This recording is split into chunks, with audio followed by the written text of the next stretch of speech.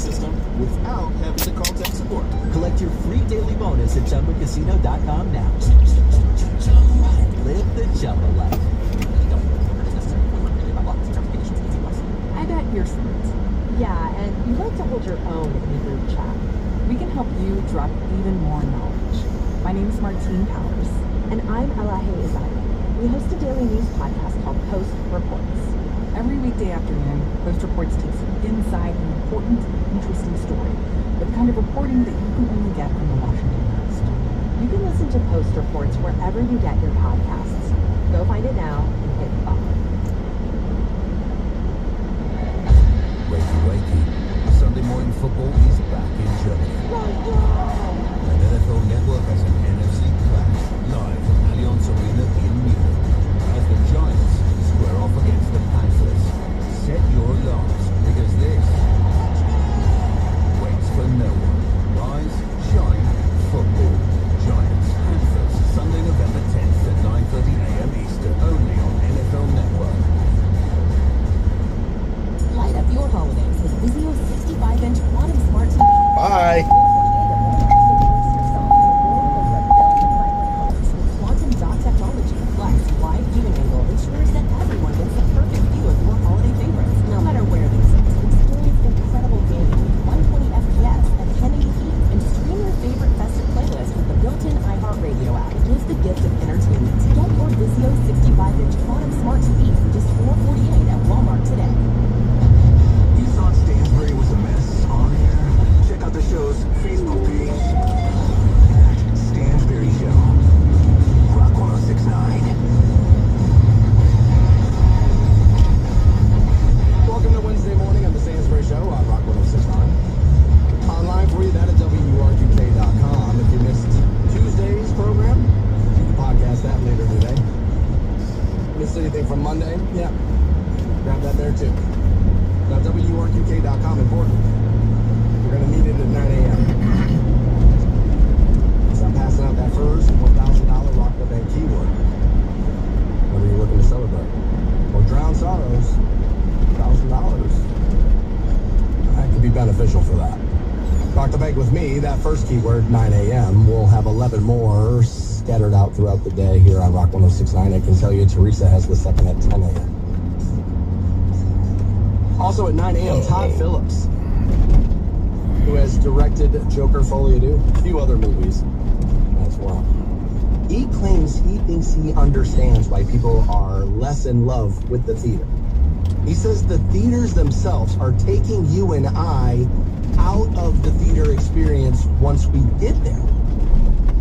I probably would have never thought of this. It's an interesting viewpoint, and just because he directed a terrible Joker movie doesn't mean he's wrong about this. I think he may be onto something. Now, I have made plenty of claims about the movie theater. I mean, many, man, and not all those have panned out for your boy. You know, that's part of this job, speculation, if you will, and things you'll get right and wrong. Yeah, I bet we'll probably circle back to a few of those today at some point, I would imagine. Yeah, we probably will at some point. Don't worry, the tone of it will not be what you're expecting. You know what? Maybe let's just... There was an event that happened last night. We all know what it was. And I know there are people who are going to avoid me because they think I can't wait to come in here and tell you right I was. Oh my God, look how right I was. Well, I was right. I don't really feel like I need the victory lap on it. I feel like anybody who was looking at this and was really being honest with themselves would have told you this is what was going to happen. You could just feel it coming. You could feel it coming around the corner. I've also said, you give Americans enough years of one thing, they'll be like, you know what, do that other thing though, maybe. Right, can I have that? Let me try that. The only reason I honestly, this is what's crazy. I know there are people who think I can't wait to be up in their face today. It's not true. You know who I feel like being up in the face of, if I'm honest? The party. I'm mad at them, not you. I didn't think she was good enough. And by think, I knew it. I ended up being right. I felt like this is what was going to happen, and that's why I was angry. I got so mad about it that I ended up having to stop talking about it. You know why? Because people honestly thought I was like an agent for him. And I was like, no, I'm furious with odds. Like, what are you talking about? No, what are you talking about? I'm I'm angry, and you think it's because I'm secretly, I couldn't believe it. I had to walk away from it for a while. Because I was like, oh my God, you can't win for losing in here. And then, honestly, once it started to turn to where it was like, oh my God, he like literally is going to win. People were really kind of worn out by election talk because the vibe was he was going to win. There are a lot of takeaways from last night. My takeaway is... Hello from Ohio. The side I used to align with the most, it's time to stop being so smug. It's time to stop looking down your nose and start talking about how you know so much more about everything, because you don't. And that's what I kept saying. They had distanced themselves from Main Street for too long. And that is a lot of what he's saying. That's what I'm mad about. I'm not excited to be like, ha ha, you didn't do what you wanted. Not at all. Not even a little bit. This isn't I told you. It's I warned you. I mean, that's what it is. By the way, New York Times, if I'm reading this right, and I believe I am, they're telling me he's going to win the popular vote. The popular vote. I said to somebody about a week ago, bro, he might win all 50. That person laughed in my face, not understanding. I mean, it was a private conversation. And not understanding, yeah, I'm using a little hyperbole here, but bro, like, he is going to crush. I said it 4 years because you could see it. I remember saying about Jon Stewart, you think he extended the Daily Show throughout 2025 because he thinks he's going to lose? Are you kidding me? He knows content's about to fall from the sky for 4 straight years. He knows it. That's why he's going to keep his ass on TV, because the ratings are going to be through the roof, because the content's going to fall. He knew that. Everybody knew that. SNL and the change of the vibe, the change of the tone. I remember I got in trouble with some of you guys. I said, look, they're already telling you. They're softening the blow. Everybody's already out here going, guys, get ready. It's going to happen. It's going to happen. It's going to happen. I remember saying, and again, this is not a celebration. It is not. I said, so many people are going to wake up that Wednesday and be upset because they're going to believe MSNBC when they tell you how much people hate this guy. I said, they don't. People who are politically motivated probably do. The average person dropping their kid off at baseball practice, taking chicken nuggets out of the oven, hoping that their kids are learning what they're supposed to be learning. They don't hate him. They may not like him. They don't have a passionate hate, and relying on the passionate hate of him. I was like, it worked last time because he was president. Wait, by the end of this 4 years, will there be people with that passionate hate be up that will it rise again? Probably. Relying on that seemed like a crazy system. That seemed like a crazy system. And I felt like you could see this coming.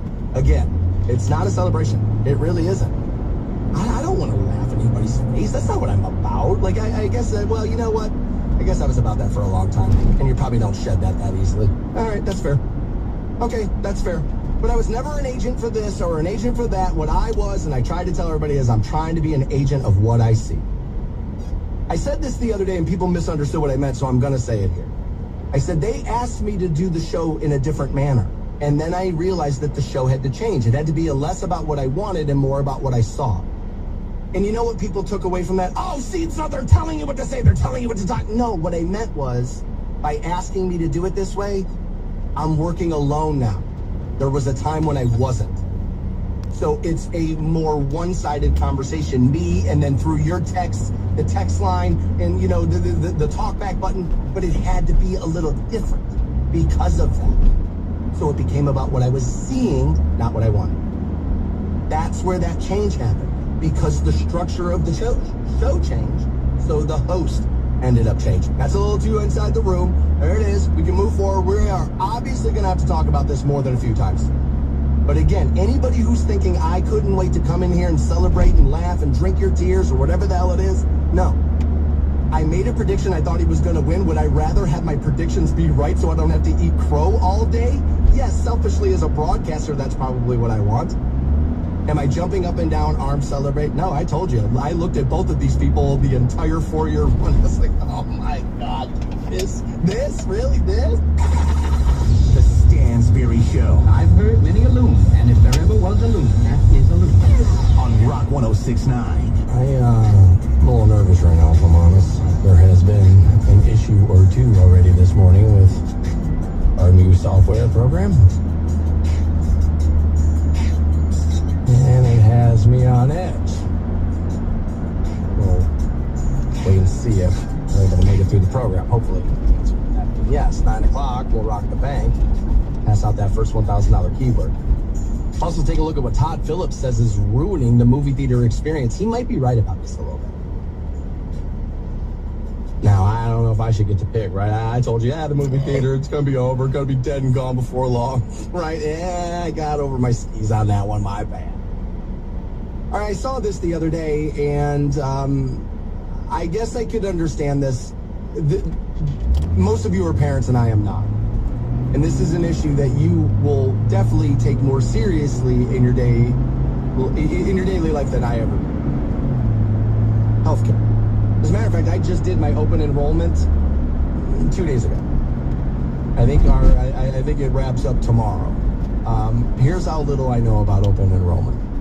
I don't know if tomorrow is an iHeart date or if that's like nope, this is when this happens. This is when everybody has to have that. I don't know that, right? So welcome to it. I don't use my health insurance all that much. Something has to be coming out of my body in order for me to be like, yeah, doc, let's go. I'm just kind of that way. I'll go get my teeth cleaned. I'll go do stuff like that. You know what I mean? But as far as the doctor, all right, I had to go to a health clinic for a possible endorsement with the Cleveland station. And that lady, when she took my blood, asked me, she goes, well, who's your GP? And I panicked like I was going to fail a test. I was like, well, do I just make up a name? Maybe that's what I do right now. Right? Like that, because that's who I am.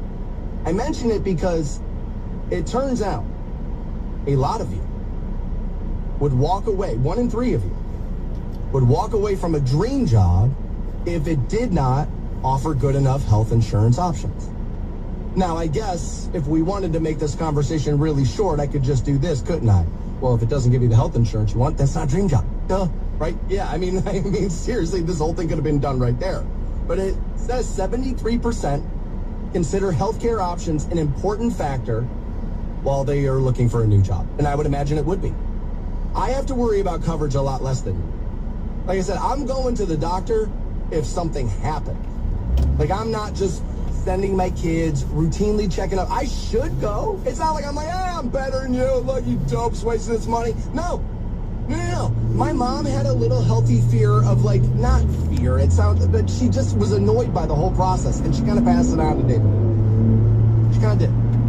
That's just the way it is. Apparently, 42% of you believe your employer only offers them the bare minimum for health insurance options. Well, I don't think I could answer yes to that, the bare minimum. And here's what I'd say is again, I just did my open enrollment 2 days ago. They've made that pretty easy if you are a multi-year employee. Meaning you can just be like, all right, this is pretty much what you did last year. Is this what you're, you know what I mean? Is this what you're looking for? Right? You can kind of yada yada this if you want. So I went through the whole process and I looked at all the options. They give me, there was 4 or 5 options. Now, like a lot of you, I found out, jeez, the price of insurance has gone a little north, hasn't it? Jeez, look at that. Not blaming anybody, just it was a noticeable increase in what it was going to cost. Right? It's fair. All right, I understand it. It's out there and it's a benefit to me if I have it. And it's, it's easy not to worry about stuff if you have it. That's all true.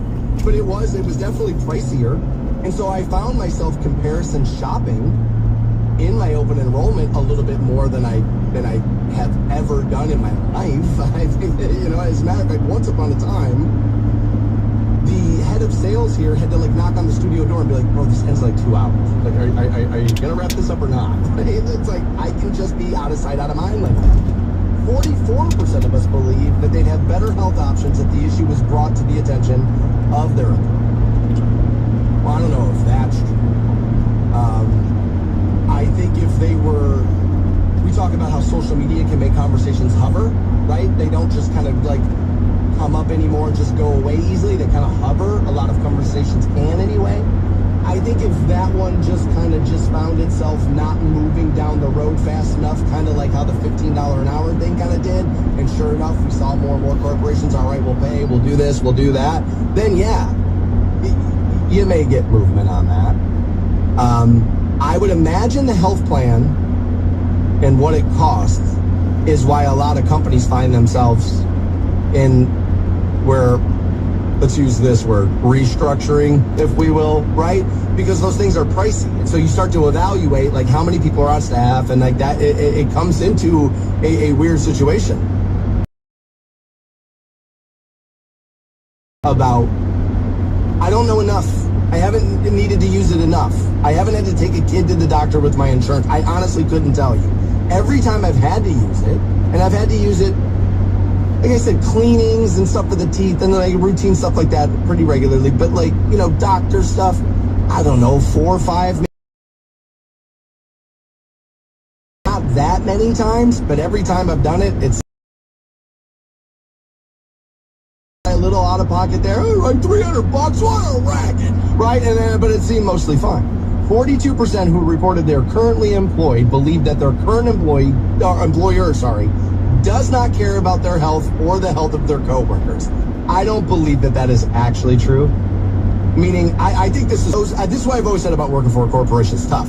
Like, the CEO might not care about you, but your local boss who works down the hallway from you, he probably does. She probably does.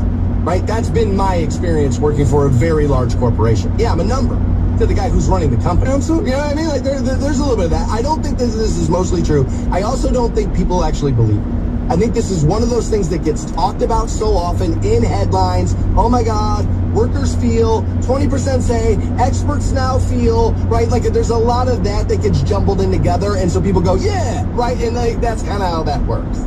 I don't think you actually think people don't care about you. In the sense maybe that they haven't thought about it. All right, you're an afterthought. Yeah, all right, I guess those things technically mean the same thing. What are you looking for with your health insurance? What's important to you? We'll find out next here on The Stansberry Show. The Stansberry Show. Nerd stuff probably really excites you because you're a nerd. On Rock 106.9. Rock the bank at 9. Pass out that first $1,000 keyword. Also, at 8 a.m. this morning, you know they're now suggesting you stop telling your spouse that you love them. Yeah, I feel like we may be hitting the bottom of the well of advice columns. Yeah, it turns out having 9 million of those, we have gotten to the end of takes. We'll get there. That part of our 8 o'clock conversation. I've been talking about health insurance. And it says 1 in 3 would reject a dream job if it did not come with the health insurance concerns, or the health insurance that you want. I said, well, if it doesn't give you the health insurance you want, is it a dream job? But you know what they mean. Man, this would be great. Nah, I'm going to walk away from it, though. Rather do something I like less than this and be able to cover it. Well, I don't think it's rather. I don't think it's a choice like that. I think what people are doing is looking at their children and going, no, this is what I need for my children. And better than having my dream job, what's more important is being a dream parent. That's what's important. You know what else this survey told us? You won't be shocked by this. When you know it, when you go to pick your health insurance, you base it on how much money you're going to have to pay. No duh. I mean, that didn't even need to be studied. Of course, that's what we're all going to do with everything. That's exactly what I did the other day. It started, right, there's a little, dollar amount up in the right-hand window. You start selecting stuff. Yeah, all right, give me LifeLock. Yeah, all right, give me that. All right, yeah, if somebody runs up on the sidewalk and hits me with a car, my family gets $10 million. All right, fine, whatever, right? And then you just watch that number just go. It just starts skyrocketing north. That's the way it works. So, of course, people are going to make their decisions based on how much money is going to be coming out of their pocket. One of the questions it asked me was, how would you like this to be broken down by priority? What matters more to you? Paying less every month or paying more when something happens? Like, it's just, how do you go about it? And then it kind of asked me a few background questions about my life. Like, one of the questions it asked me, I don't even know what to talk, but like one of the questions it asked me is, if a $3,000 emergency happens tonight, how are you paying for that? And then through that, it helped give you, there was hey, this is some recommendations on maybe what you should be looking at. I actually felt like that was a little bit of a benefit for a dope like me. And this is what I mean. Am I smart enough to read through my open enrollment, understand everything it said, and fully make a decision and make the right decision for me? Yes. There's no piece of information, document, whatever that iHeart can put in front of me that I wouldn't understand. What it is a laziness issue. I don't care. And I'm willing to bet there's a lot of people like me who look at it like, wow, dude, I've gone to the doctor like 5 times in 10 years. Like, I don't need this, I don't need that, I don't need that. Dude, just make sure my family gets a little something if I die in the studio, and then we can be done with this, right? Like, and I think that's how a lot of people are going to look at it. Now, the more kids you have, whether or not your kids are on your insurance, right? Because I'm willing to bet that's a couple's conversation. Let's use yours. Nah, yours actually has better dental. Yeah, we don't have vision through mine. Let's use your, right? Like, I'm sure that is. More than a few of you. Text line 330-450-7625 said, oh, dude, I switched jobs within the last, 2-3 years. Absolutely. Healthcare packages was definitely on my list. Top, 5 things I was, looking at. Totally believe it. I've told you there is some light communication between that woman and I. Anybody shocked, right? It's just kind of the way it goes. She has recently switched positions. I'll stop here, hold my hands over, and say, thank the dear Lord. All right, sorry, that one was just for me. But she has recently changed positions. And absolutely, one of the things in the interview process she wanted to know is, all right, let's talk about insurance benefits. Let's talk about how easy it is to take my son and my daughter to the doctor. Let's talk about, right? And sure enough, so, again, parents, this is of course going to be on your list. You'd probably take less in salary, right? Because your kids, it's like that's where insurance comes into play. One of the reasons I don't have to go to the doctor a lot, because I know I don't want to. Meaning, I ain't running down the street. I'm not jumping my bike over 4 other idiots who are, laying down on the sidewalk. I'm not doing any of that kind of dumb stuff. I'm driving home to work, sitting there, right? It's different. But kids, they got no fear. You know what I mean? Once you open that screen door, it's like, oh, good God. Everything is $1,500. No running. Right? There's so much of that. My brother talks about it all the time. Good God, he had an athlete in his house. It's like, Dan, you wouldn't believe the medical bills. If you got a high school athlete in your house now, Dan, you wouldn't believe the medical bills. So sure enough, yeah, with his wife, that's one of the things. When she renegotiated her job and her deal, they wanted part of the thing job, absolutely. And I'm encouraged by that. Because what I read is I don't make it about the health insurance. What I read there is 1 in 3 people would sacrifice what they think their dream job is to provide a better life for their children. And that's exactly what I want parents to be. The Stansberry Show. I just thought you were a dumb freeloader who ate all my food and played video games all day. On Rock 106.9. I took some heated messages about a week ago because I had made the same prediction I have made for the last 4 years, and that is that Donald Trump would win the election. New York Times telling me he won the popular vote. So I guess we can stop hearing about how the Electoral College is so bad. Right? Probably not going to hear a whole lot about that argument that much more. I opened the show this morning and I said, if you think I'm about victory lapping and laughing in somebody's face because they lost, that's not what I was looking forward to today. I don't want to do that to any voter. I do feel like doing it to the party. I told them, you think you know better, you don't. You think because younger voters, you think because you've been told Gen Z is out for you, they're not. You have no idea how conservative young men are becoming. I said for 4 straight years, Joe Biden and Kamala Harris are turning people conservative by the day. I got laughed at. I got called all the names. I got told I was an agent for Trump, and I understand there are stupid people out there.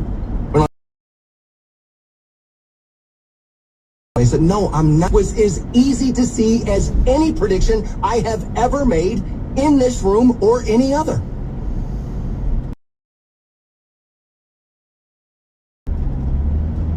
When I suggested that you gave Trump exactly what he wanted by moving off of Biden and putting Kamala in there, people laughed in my face. I said, oh, he played you like a fiddle here. He knew she's got zero chance. He was sitting there, bring her on. Call member, call member, call member, call member, call member, call member, call member, call member. No, I had it right. Again, I don't care about victory lapping. It's not about a voter, but it is about the party. Don't do what you did last time, please. Which is sit on your hands for 4 years and cry about it and do nothing and then be unprepared and lose the Vance in 2028. Can you not do that? I mean, do whatever you want, but then stop crying about it. Actually get somebody ready. Remember, once upon a time I was in this room and I was talking about how we need to get somebody ready right now. You know what somebody had the balls to tell me? It's too soon. I'm a critical thinker and it's too soon to get ready. Dopes. Never too soon. Look, never too soon. Can we do, not we, but can you do that versus pointing the finger everywhere else? Everywhere else. Maybe, just maybe now, it's time for the mirror. Just a little. I mean, just a little. By with this little sneaky electoral college win, he dog walked her. As predicted. Again, not a victory lap. I'm not going to be following. I was trying to tell people the whole way. That doesn't matter. Joe's not powerful enough to enact any real type of change, which is what I kept telling the people who were so anti-Trump they couldn't see it. Oh my God, you're so dangerous. You're so dangerous. Am I really? As a matter of fact, let's talk about that right now. You know what my big takeaway is? Forget the candidate, forget the party, forget what's going to happen, forget that Vance is probably going to cruise in 28, forget all that. I think young men voted for J.D. Vance as much as they voted for Donald Trump. So get ready for that. He's so weird, he's so weird, he's so weird, he's so weird. He goes on Theo Von and it's like, no, he isn't. No, he really isn't. And like that kind of backfired. Young men voted for him as much as they voted for Donald Trump. Do not kid yourselves.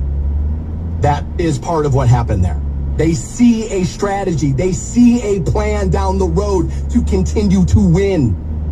They see it, right? Like whether they're right about it or not, they at least see a vision there. That's what happened. And I would tell you, it's like if you're a person that cares this much about, get ready. And today, get ready. By the way, I believe this is why Pete Buttigieg. I know everybody's going to tell me how wrong I was about that too. You don't know that. Yeah, I didn't know all of this either, but I did though, didn't I? Just like I knew this. Pete told her no. He did, because he knows he has a real chance to run someday, and he didn't want to blow it with this. Simple as that. I mean, it's as simple as that. Garbage truck was a self-fulfilling prophecy. Misunderstanding this country. I'll go back to what I said about him in 2015. He understands this place. He does, he gets it. He really understands it. And again, you can't go with, the electors and this and that. It's like 20 million less Dem voters so far already, 20 million less. So again, passion, turnout, she's so popular, no, she wasn't. She never was. That was always the reality, and that was part of the people who were on your side, who were saying, what are we doing here? Oh my God. You're gonna spend the 10 years telling me he's the orange Satan and lump into it with this? Really? That's where it bothered me. And that's where some of the volume came from, because I was like, they don't believe what they're saying. Because if they really believed he was the orange Satan, Hitler, whatever the hell it wasn't about being an agent for anybody. It's like you're screaming bloody murder while doing absolutely nothing behind the scenes of it. The Stansberry Show. A first class, bona fide, made in America screw up. On Rock 106.9. Welcome back to the program. 9 a.m. Rock the bank. Pass out that first $1,000 keyword. We'll do that at 9 a.m. Maybe one-way flight, right? Relax. I'm kidding. I hear in town that I love how miserable he is this morning, if I'm honest.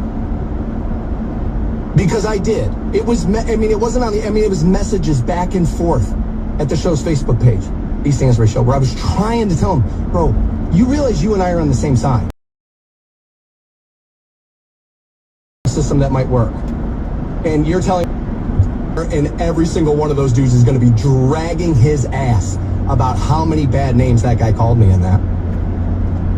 There's one guy that I'm a little like, all right, good. You know what? It's not a good enough reason, by the way. Thank God, right? You know what noticed last night? What I find interesting about that statement. Take the election completely out of that. It's just Wednesday as it used to. I mean, both went on. I cannot sit here and tell you that the Joe Rogan had clearly. We were headed here without it. I know that sounds easier to say today when we know what the data is. I'll remind you, I was bold for the last 4 years, losing voters, meaning listeners, by the day, telling me, all right, that's it, it's out, that's it, this is officially it. I was always a little curious, a little suspicious. Didn't we always kind of know? They called me Klansberry. Klansberry. For trying to help. That's why you lost, by the way. It really is. There was that meme, it was going around for a few years, and for like the last 3, as a matter of fact. Why are you standing over there? Hey, I feel like they might have a good point on that. You get pushed over the line. Why are you standing over there? Well, you pushed. What do you mean? That's part of this. Now, that does not come down to most of you. It is a party problem, though. It is. Remember when we were talking about other countries putting people in jail for what they posted on social media? And I came in here and I said, admit it. Who's more likely to do that? And we all had to go, yeah, that's us. Yeah, it shouldn't be us. Yeah, but it kind of feels like us. Yeah, that's part of it. That's part of it. They misunderstood the country. They just did. They misunderstood where they just did. And like the miscalculation was so massive, it was hard to stay quiet about it. Like that's why, because I was like, oh my God, this is a boondoggle like I've never seen. And of course I think I'm right about Pete Buttigieg, which is how you ended up with Tim Walz, which ended up being one of the worst choices ever. They should have just gone with Josh Shapiro. They were worried about the leftist support when picking him. I think that probably had a little bit to do with this. But back to the celebrity thing, I think the Joe Rogan thing helped. We were headed here without it. The numbers probably wouldn't be as heavy as they are. But guys, the Rogan interview flipped Wisconsin and Pennsylvania? I don't know, man. I don't know. I think that was on its way to happening no matter what. I was wrong in 2020. I said, dude, this country's fed up with stuff, dude. Like, this is like, I didn't think Biden was going to win. I really did. I really did. When he picked her as VP, I said that very next morning, oh, it's over. I mean, guys, it's over. Like, it's okay, all right. I said the next day, give him the keys. Put him in the White House tonight. You just did. Oh, you think you know, and this and that. Yes, my job is to make speculation. My job is to say, this is what I think will happen. That's what the fine print of the contract says. Yes, that's actually what my job is. Yes. So yes, I think I know.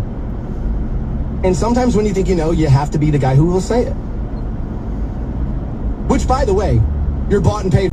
Yeah, by that side, right? Because that's how this works. That's how this works. Everybody's in a little bit of an echo chamber. Everybody.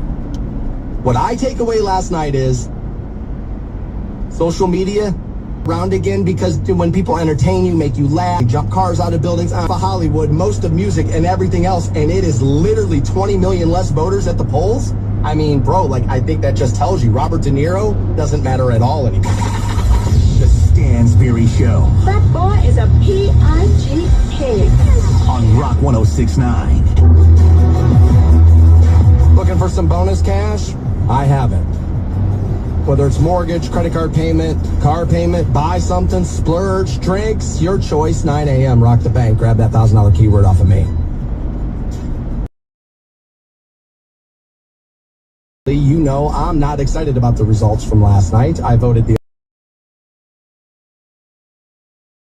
isn't imminent. So many are in some serious despair today. I don't know how to convince them that things are going to be okay. I think you're going to have a hard time with that. And it's because of how thoroughly they were convinced that things wouldn't be okay if she didn't win. It was also part of my problem and why it felt like we're ramping this up. It's over. Unless, because towards the end of the campaign, she flipped and like adopted